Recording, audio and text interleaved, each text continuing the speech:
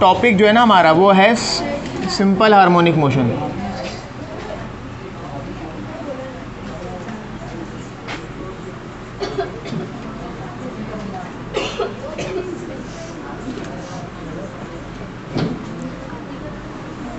और इसमें ख़ास तौर से अभी आप यहाँ पे पढ़ेंगे सिंपल पेंडुलम, मतलब उसकी एग्जाम्पल में ही पढ़ेंगे आप सिंपल पेंडुलम।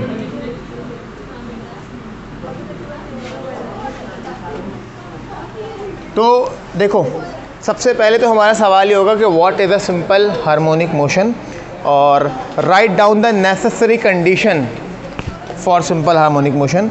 तो आपके पास जो सवाल है वो यहाँ लिखा हुआ है, पेज नंबर 19 है। यहाँ आपके पास सवाल है क्वेश्चन नंबर 9, यानी बुक का क्वेश्चन नंबर 9 का ए और बी पार्ट है। क्वेश्चन नंबर 9 का ए पार्ट है आपके पास, उसमें आपसे पूछा है कि what is simple harmonic motion. तो सिंपली बात है, वहाँ हमें डेफिनेशन लिखनी है किस चीज़ की, व्हाट इज़, अच्छा शॉर्ट फॉर्म में इसको लिखते हैं SHM। इसकी एब्रीविएशन क्या है, SHM, यानी सिंपल हार्मोनिक मोशन। ये हमें यहाँ डिफाइन करना है।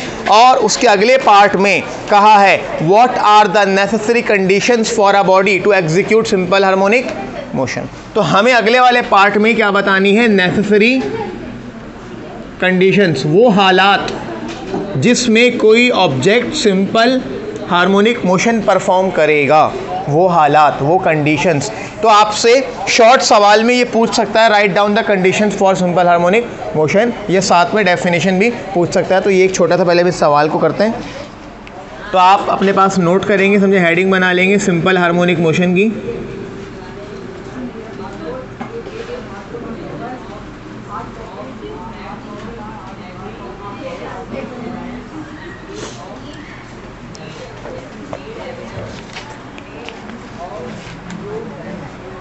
अच्छा, अब जिनके पास किताबें हैं या रेफरेंस है वो वहाँ खोल के रखें। जो चीज़ वहाँ से लिखी जाने वाली होगी वो मैं वहाँ मार्क करवाऊँगा, फिर वो आप अपने रजिस्टर में कॉपी कर लेंगे, और उसको मैं यहाँ समझा रहा हूँ, ठीक है। किताब है तो सब जगह एक एक रखें।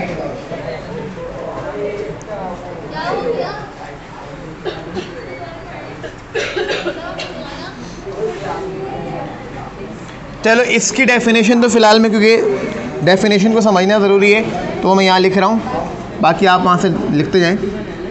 बाकी जो एक्सप्लेनेशन होगी ना वो मैं आपको बुक में मार्क कराऊंगा, वहाँ से आप कॉपी करेंगे, उसको यहाँ समझाऊंगा मैं। लिखें इसको, ये डेफिनेशन लिखवा रहा हूँ।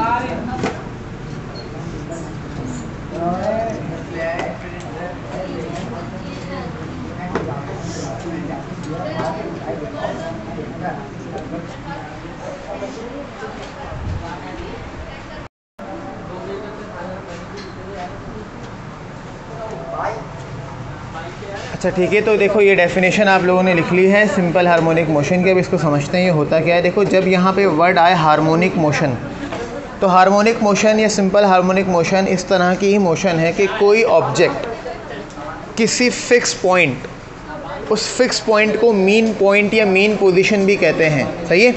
उस फिक्स पॉइंट के लेफ़्ट और राइट, जितना लेफ़्ट जाए उतना ही राइट जाए, मिसाल है जितना अप जाए उतना ही डाउन जाए, इस तरह कंटिन्यूसली अपने आप को रिपीटेड मोशन में रखे। उस रिपीटेड मोशन को पीरियोडिक मोशन भी कहते हैं। ऊपर एक डेफिनेशन है किसकी, पीरियोडिक मोशन की। ये जो रिपीटेड मोशन होती है ये कौन सी मोशन है, पीरियोडिक मोशन, जो अपने आप को हर एक मखसूस टाइम के बाद दोहराती है।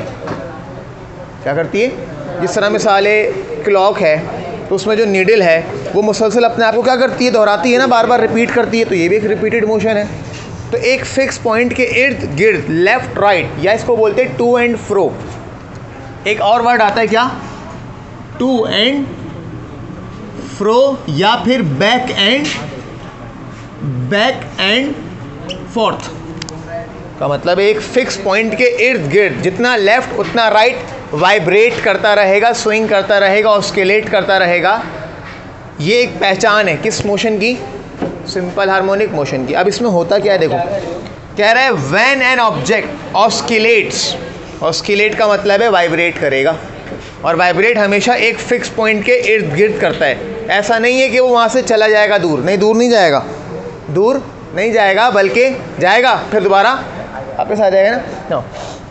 तो क्या कह रहे हैं, when an object oscillates about a fix position, इस फिक्स पोजीशन को क्या बोलते हैं, मीन पोजीशन। ये तो क्या होगा, इट्स एक्सेलरेशन, एक्सेलरेशन यानी यहाँ पे फॉर्मूला आप देख रहे हैं, यहाँ फॉर्मूले में क्या लिखा हुआ है, ए का मतलब क्या है, हाँ, इट्स एक्सेलरेशन इज डायरेक्टली, ये सिंबल किसका आता है, डायरेक्टली, यानी उसमें जो एक्सेलरेशन पैदा होगा किसमें, वो ऑब्जेक्ट जो क्या कर रहा है, ऑस्किलेट कर रहा है। जब ऑस्किलेट कर रहा है इसका मतलब उसके अंदर मोशन है, हरकत है, मूवमेंट है। तो जब मूवमेंट, इट मीन्स कि उसके अंदर क्या है, एक्सेलरेशन है। अगर कोई खिसक रहा है, दौड़ रहा है, भाग रहा है, तो हम बोलेंगे उसके अंदर क्या है, एक्सेलरेशन है।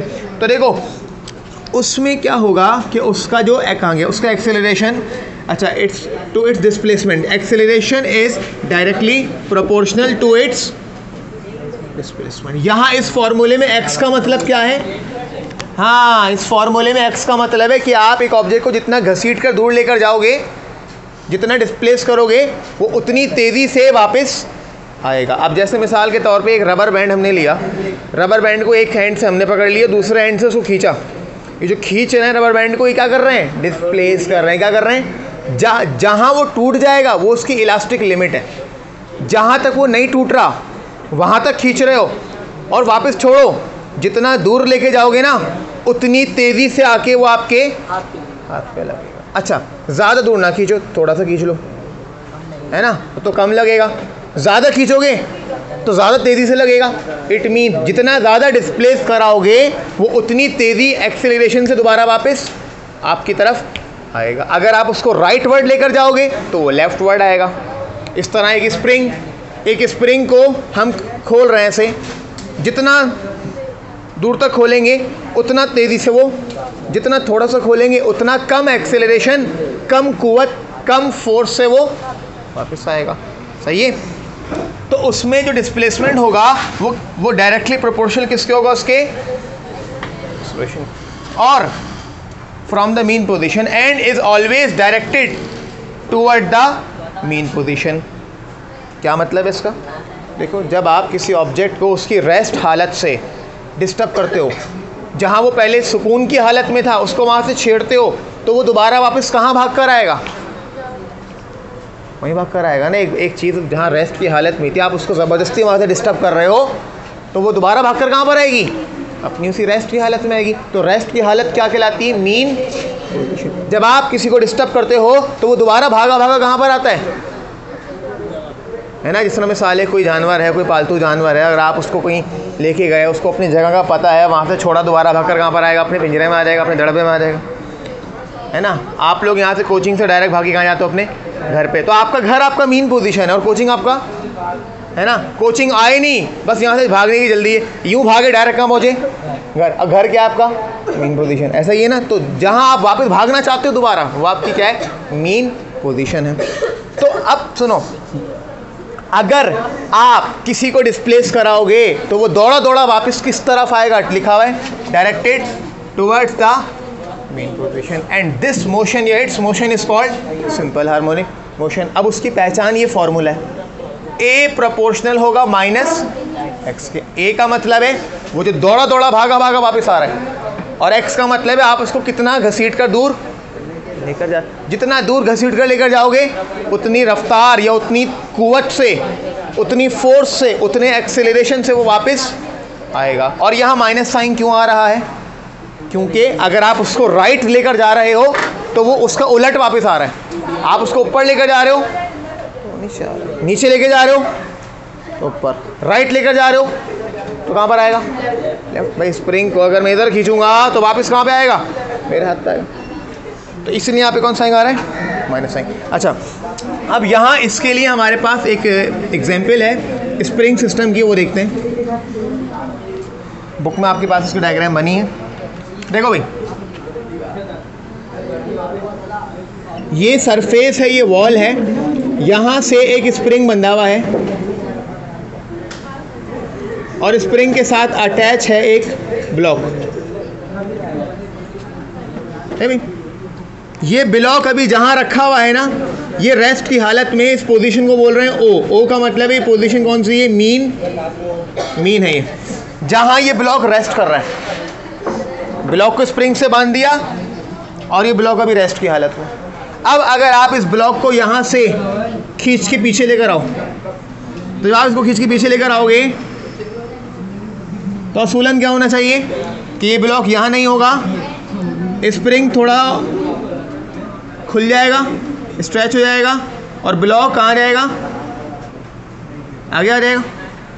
ऐसे होगा ना, स्प्रिंग खुल जाएगा ना, खिंच जाएगा, ब्लॉक आगे आ जाएगा। अच्छा, यहाँ पे ये पोजीशन जो थी ना हमारी, कौन सी थी? इसका नाम था ओ। अब जिस नई पोजीशन पे आया है उसको नाम दिया, जहाँ वो पहले था वो मीन था, जहाँ वो खींचकर आ गया वो कहलाएगा एक्सट्रीम। क्या कहलाएगा? जिस तरह रबर बैंड को खींचा, जितना दूर तक ले आया वो उसका एक्सट्रीम। एक्सट्रीम का मतलब है किनारा। ये क्या है? एक्सट्रीम। सही है। अब मुझे बताओ, ये ओ से लेके ए का जो फासला है वो क्या है? ओ से लेके ए तक हमने उस ऑब्जेक्ट को क्या कराया है? ओ से लेके ए तक। ये यहाँ पहले ओ पे रखा हुआ था, अब ये ओ पे नहीं रखा हुआ, कहाँ चला गया? हमने इस ऑब्जेक्ट को क्या करवाया है? डिस्प्लेस करवाया। क्या करवाया? मीन से एक्सट्रीम पे जितना डिस्प्लेस करवाया वो डिस्टेंस कितना है? यहाँ फॉर्मूले में क्या लिखा उसको? एक्स। एक्स का मतलब है यहाँ फासला, जितना उसको डिस्प्लेस कराया। अब जब इसको दूर से वहाँ ले आके छोड़ देंगे ना, इसको हमने ज़बरदस्ती पकड़ के वहाँ ले गए, अब इसको छोड़ा तो अब इसके अंदर एक कुव्वत जागेगी। वो कुव्वत जो उसको वापस लेकर आएगी, उस कुव्वत को बोलते हैं रीस्टोरिंग फोर्स। क्या बोलते हैं? अभी उसकी डेफिनेशन अगले में लिखते हैं। क्या कहते हैं उसको? रीस्टोरिंग। ये रीस्टोरिंग फोर्स कहाँ से आई? ये किसके अंदर होगी? सोचो, ये ब्लॉक के अंदर होगी या स्प्रिंग के अंदर होगी?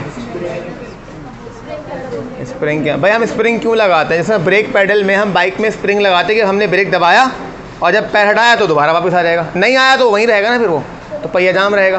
तो स्प्रिंग का काम ही है कि एक बार पुश करो और पैर हटाओ तो दोबारा अपनी असली हालत में वापस आ जाए। तो आपने जब इसको यहाँ से छोड़ा तो इसके अंदर जागी एक कुव्वत, उस कुव्वत का नाम क्या है? रीस्टोरिंग। वो रीस्टोरिंग फोर्स उसको वापस लेकर आएगी। किस तरफ लेकर आएगी बताओ? एक्सट्रीम से कहाँ लेकर आएगी? मीन पर लेकर आएगी। तो इसलिए लिखा था ना towards the mean.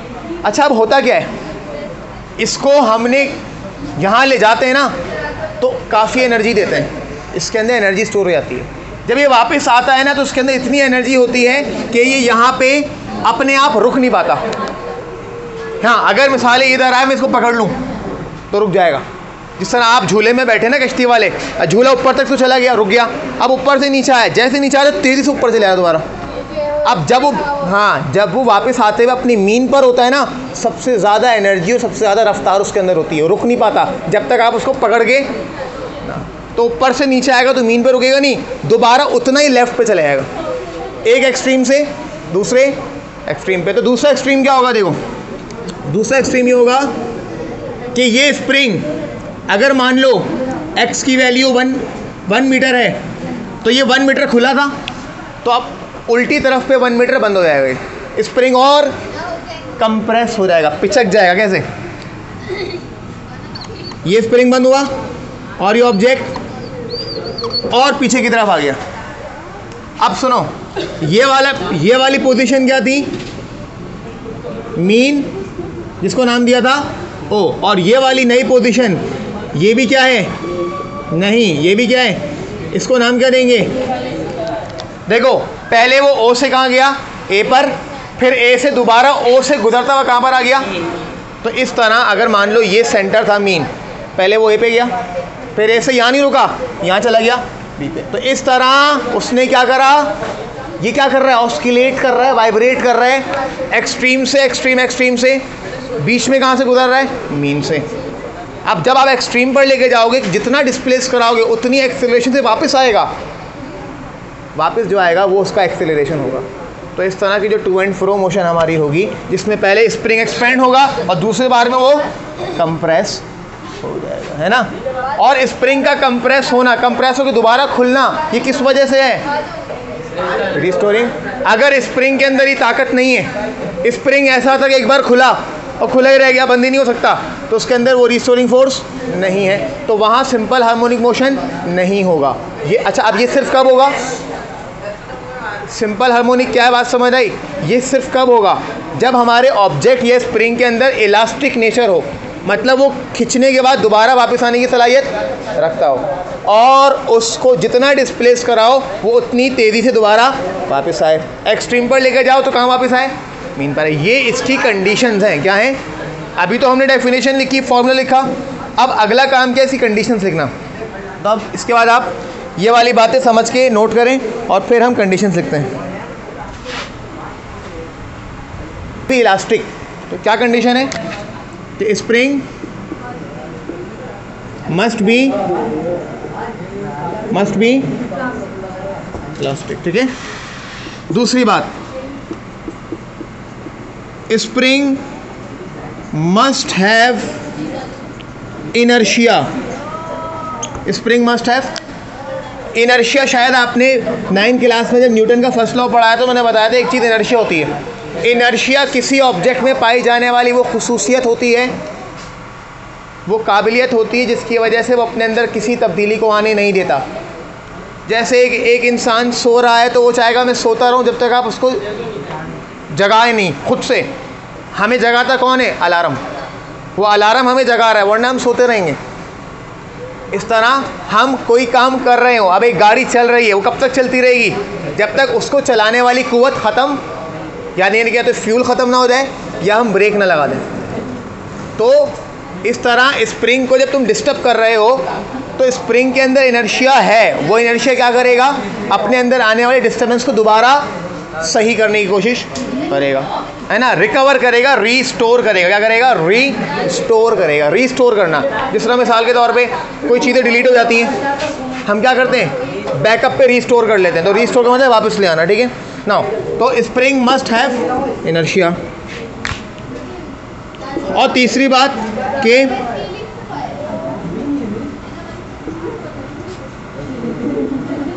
Acceleration must be proportional to displacement. ये बात वही जो आपकी डेफिनेशन में थी, acceleration must be proportional to displacement and directed towards mean. सही है ना। एक्सेलरेशन को किस किस डायरेक्टली होना चाहिए, डिस्प्लेसमेंट के। जितना ज़्यादा उस स्प्रिंग को खींचोगे उतनी रीस्टोरिंग फोर्स से वो वापस आएगा, और जिस तरफ वो वापस आएगा वो डायरेक्शन कौन सी होगी, टुवर्ड्स मीन। ये कंडीशंस हैं, इनको नोट कर लें।